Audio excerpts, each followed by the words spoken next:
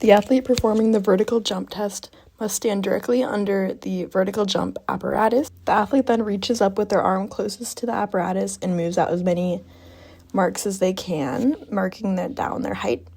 The athlete then jumps as high as they can. Those markers are then moved out of the way. This jump is then done 3 times, and the best score is used.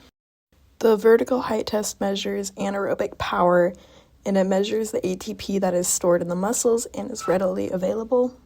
Since these stores are so small, anaerobic power only really lasts from 0 to 2 seconds before it runs out. For the 100-meter row, the distance is first set to 100 meters, and the athlete sets up on the Concept 2 rowing machine. The athlete should have warmed up before performing this test, and then the athlete is to row as hard as they can to 100 meters. Once completed, the cadence, time, and power is measured, and the subject waits a few minutes and then repeats this again, recording their best attempt. This test is used to measure power endurance in athletes, where it is the ATP PCR system, and it lasts roughly 10 seconds before the other energy systems come. For the 30-second wind gate test, the 30-second test is put in the watt bike, and then the athlete's weight and gender is put in, and then it is adjusted to the correct resistance.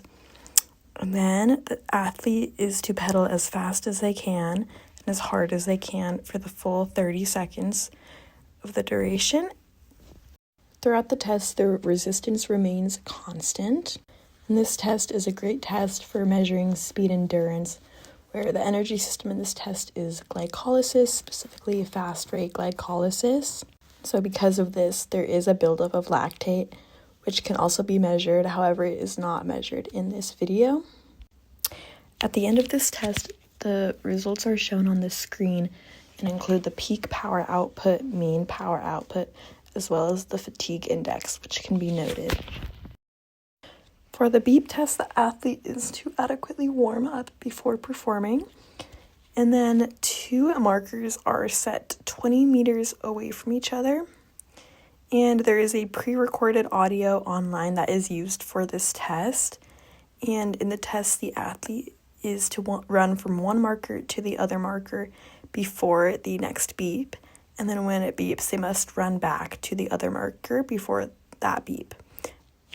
The test progressively gets harder and harder as the beeps become closer and closer together, ultimately increasing in intensity as the test goes on. And if the athlete fails to make it to the marker before the beep, then they are out, and that is their final score.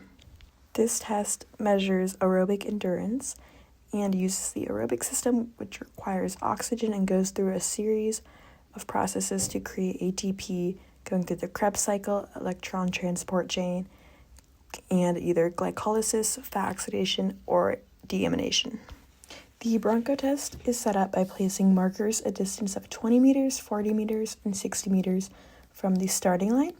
The athlete is to run to the first 20-meter mark and back, and then run to the 40-meter mark and back, and then lastly the 60-meter mark and back. This process is repeated 5 times. The final time that it takes the athlete to complete this test should be noted, as well as the heart rate. This test is used as an intermittent sport test where mixed energy systems are used and often occurs in sports that stop and start often. The broncho test is not necessarily intermittent in nature, however, it is commonly used when assessing intermittent sports such as rugby. This contains a large aerobic base, as well as the PCR system is also used.